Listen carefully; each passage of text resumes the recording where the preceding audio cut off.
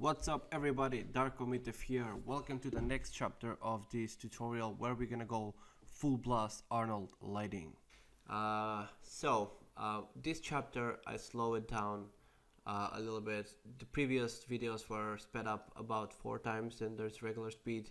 This one is about 2 because I wanted to go a bit slower to explain my lighting techniques, why I do certain stuff, and yeah. So first things first, deleted all the previous lights, created a Arnold dome light, and piped in Maya ramp, procedural ramp texture instead of HDRI into the color slot. And the reason behind that is, first of all, Maya ramps are infinite in resolution because they're procedural, which means I can have pretty good even lighting from them. Second thing is, when you're doing something stylized, a lot of times using realistic HDRIs will make things look a bit too realistic, or you will get reflections of objects that are in the HDRI that you wouldn't want to get. So because I had a very specific mood that I wanted to go for, which is some golden hour-y, like a sunrise kind of effect, I decided to go with the ramp because I can add as many colors as I like into the ramp and just tweak them to get beautiful lighting, because the more colorful and the more cohesive lighting colors you have in the ramp will make the lighting that much richer. So what I did is I basically started creating swatches and adding colors to represent the different zones of the sky. So the sun was set on the horizon, which means I'm gonna have some yellow coming from there, and then it will go towards purple and blue as it goes up, and instantly gave me this really cool tone. But the problem I had with this is it was a bit too even, and if you have like a sun, it would be from a specific direction. So what I did is I created a second ramp, and I created a U ramp this time instead of a V ramp, so it will go on the opposite direction. And basically I created 2 black or dark gray. Well, first I set them to black so I can visualize them, but then I set them to dark gray, so it will create like a door of where the sun would come from, basically. And then what I did is I tweaked the ramp until I was happy with the position, and then I multiplied that ramp with multiply divide node with the other one, and the result of those two went into the dome light. What that gave me is just a little bit of darkening where the 2 gray colors were, and a bit more directionality coming from the dome light itself. So here it is, the multiply divide node, and as you can see, there's a little bit of brightness coming in from that section, which actually created a nicer result for me. So just a quick note: if you're using Arnold, please use Arnold render view and not Maya render view, because it's just so much faster, it's more interactive, and it's written for Arnold, so it works better. So just use that one. So here's a quick comparison before and after, and you can see going from even lighting to a bit darker and focused. So after doing that, I was ready to start adding the other lights. So I basically toned down this light because it was early morning and probably not as bright. So I created my area light that will go inside the house, nice bright orange yellowy type, and I set the exposure up to about 5 and just placed it inside one of the windows. And then after I tweak the intensity of this light, I will basically do the same thing that I did on the night shot that I had, which is, you know, duplicated to inside every window. And this time I paid attention to, for example, some of the windows will get brighter intensities, and some of the window will get less. This is to showcase that this not is not even lighting happening inside the house, because like if you place a light bulb, it will be brighter in one area and darker in other. So it only made sense to do this kind of stuff. I'm not sure if I'm showing this in this video, but I definitely go and tweak it at some point. And don't forget the other windows, because they do give a really nice bounce light on the side of the house, nice orange bounce light. And this will look really nice when I add the atmosphere volume fog. It will color the fog purple, purpley orange, and it will just look that much better.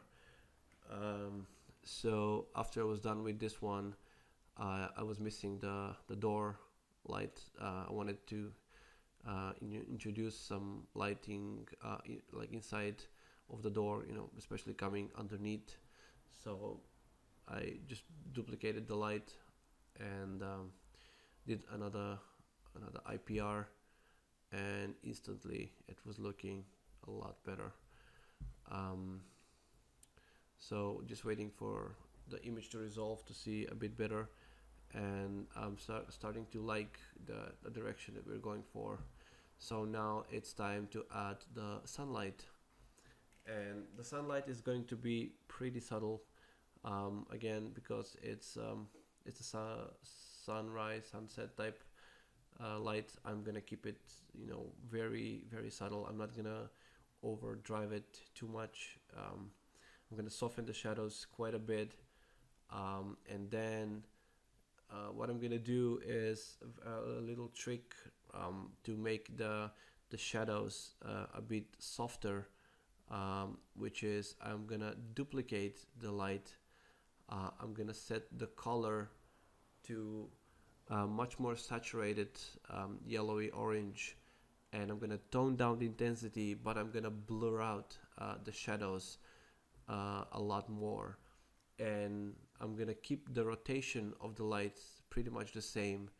And what will that do for me? It's gonna be really really subtle, but what that's gonna do for me is just gonna soften the edge of the shadow. So in a minute we'll get there.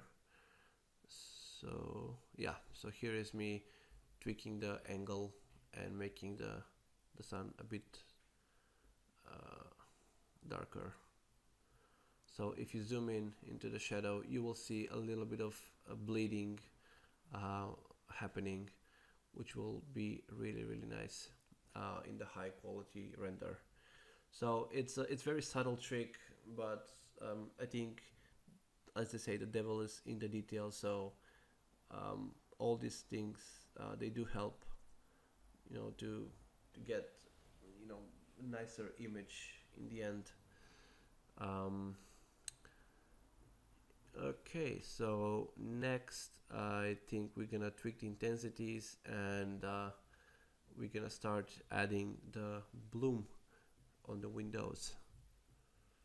So yeah, here is me tweaking the intensity of the sunlight, and there finally I got the result that I was looking for. So I'm just doing a region render, and just to see how much it changed.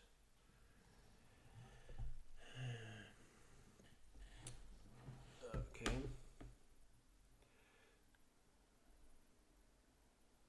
Yeah, tweaking never ends. Yeah, and I'm always keeping images to compare. So as you can see, that just becomes a little bit softer looking.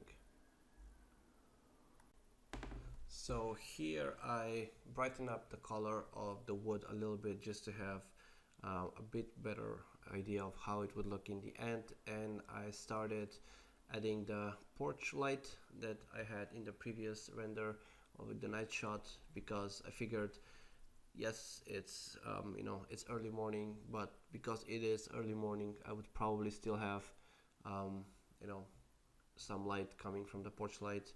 So I just created standard Maya point light and just basically started tweaking the values until I was happy. So I didn't like how the shadows were looking, so I decided to cheat a little bit and move the light just under the yeah, I decided to actually duplicate the light and move it just under uh, the geometry of the porch light, because when the lighting was coming from the inside, it had this weird directional shadows, um, and I was not really fan of it. Um, uh, I guess I could have like softened the shadows and make it work like that, but this is a nice cheat way. You just basically position the light just under and have the main light just under the object, and have another light inside to just sell it like the light is actually coming from that that area. So I was pretty happy with how that turned out. I did some some more testing, some higher quality renders, and then decided to move on to do the bloom on the windows like we did before. Just basically taking the exposure and dropping it by half to start with, and then I went light by light and just tweaked it to to make sure it looks good. So um, yeah, I mean, it's not there's really not much to it. When every time I'm doing lighting, I'm trying to think of how the light will behave in the real world. Like if, like I guess the main thing you need to ask yourself when you're lighting a shot is how do I want the final image to look like, because there's very there's two main categories in my head when I'm starting to light a shot, and those are: do I like my shot to look like how I would see it, like a human eye, or do I want to make it look like it was being shot by a camera? Because these two are very very different types of looks. Because if you're shooting stuff with camera, depth of field will be different. Lens flares, different type of lens distortions, aberrations will happen that you don't usually that don't usually happen um, in real world. So if you want to make it look as if you were standing there and this is your eyes seeing the image, then you would add different type of effects than if you were a camera. If you were standing there with a camera and trying to take a picture out of the scenery that you're seeing. So I'm trying to think about this at the very beginning, because it will influence the techniques and the ways of approaching and solving approaching the lighting and solving different problems. So because the river was not really visible, I decided to add a new shader, make it a bit more reflective, just so I can see if the placement is high enough, if it's, if the position from camera view is high enough, because I really wanted to see that nice reflection of the house on the frozen river, kind of glossy. And here's Maya just being temperamental, disconnecting shaders for me. So I would have to do it again. But you gotta love Maya. She can be temperamental sometimes, but it's still a great piece of software, and you can achieve a lot. So it looks like we are tweaking shaders and adding some bump map to sell it. It's actually a river. I'm just adding fractal noise into the bump shader, and at later stage I will go over and do a blend material, and I will add a layer of ice with the layer of water, and I would kind of blend them in a little bit with a ramp, just to show that around the edges it's more frozen, and as it goes towards the middle of the river you can see more of the actual river happening. So I'm gonna do a little bit of modification, so the geometry of the river is not perfectly flat, because otherwise I would have to do displacement, and I didn't really feel like doing displacement is necessary for this kind of stuff. So I subdivided the plane and just added a little bit of irregularity. But because I subdivided the plane, it just meant that I have a lot of geometry that I don't need, because I would never see that from camera point of view.